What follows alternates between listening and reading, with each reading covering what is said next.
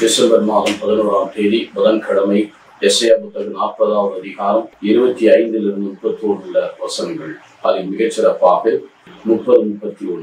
இளைஞர்கள் சோர்வுற்று களைப்படைவார்கள், வாலிபர்கள் நிலை தடுமாறி விழுவர். ஆண்டவரில் நம்பிக்கை கொள்வோர் புதிய ஆற்றலை பெறுவர். கழுகளைப் போல ரெக்கைகளை கொண்டு பிரித்து வேறு செல்வர். ஓடுவர் களைத்து போக மாட்டார், சோர்வடைய மாட்டார். எல்லாம் இன்னைக்கு எந்த ஒரு காரியத்தில் ஈடுபட்டாலும் நான் சோர்ந்து போகிறேன்.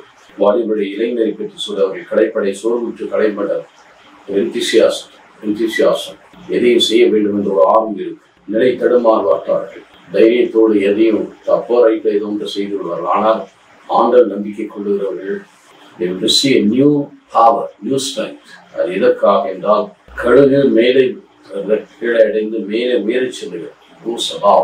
And while needs to be run, அது ஓடுகிற நேரத்தில் அது சோர்ந்து களைப்பாக மேலே பறந்து செல்லும் போதும் சரி, கீழே நாம் ஆண்டவரோடு இணையும் போதும் சரி, நாம் ஆண்டவரோடு இணைவதற்கும் பிளஸ் இந்த உலக ஆசீர்வாதங்களுக்கும் ஆண்டவர்கள் காத்திருக்கும் போது அந்த உலகத்தை பெற்றுவார்கள். நான் மரியாதை பார்த்து சொன்னால் லூக்கா 10:42 இதோ மரியாதை நல்ல பங்கிட்டு எடுக்கப்படாது.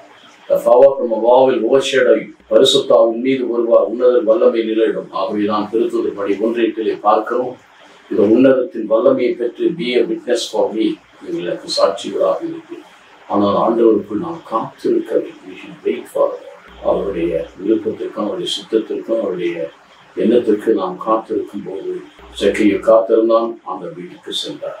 அதே போல யார் காத்திருந்தான், பிள்ளை உயிர் பெற்றார். 12 ஆண்டு காலம் அவ்வளவு நாள் காத்திருந்தாலும் ஆண்டவருக்காக காத்திருக்கிற போது வெற்றி பெற்றார். அதையும் வாழ்விக்க ஒப்புக் கொடுப்போம். நல்ல தகப்பனே, என்றும் நேற்றும் என்று மாறாதவை களைப்பும் சோர்வும் இந்த உலகத்தின் காரியத்தில் நாங்கள் அடைந்து விடுகிறோம்.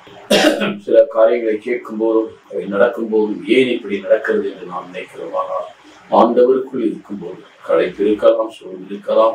ஆண்டவர் வாரம் சுமந்து சோர்வு எல்லாரும் என்னிடம் வாருங்கள் என்று அழைத்து விடுக்கிறேன். வருகிறோம். நல்ல தகப்பனே, ஆமென்.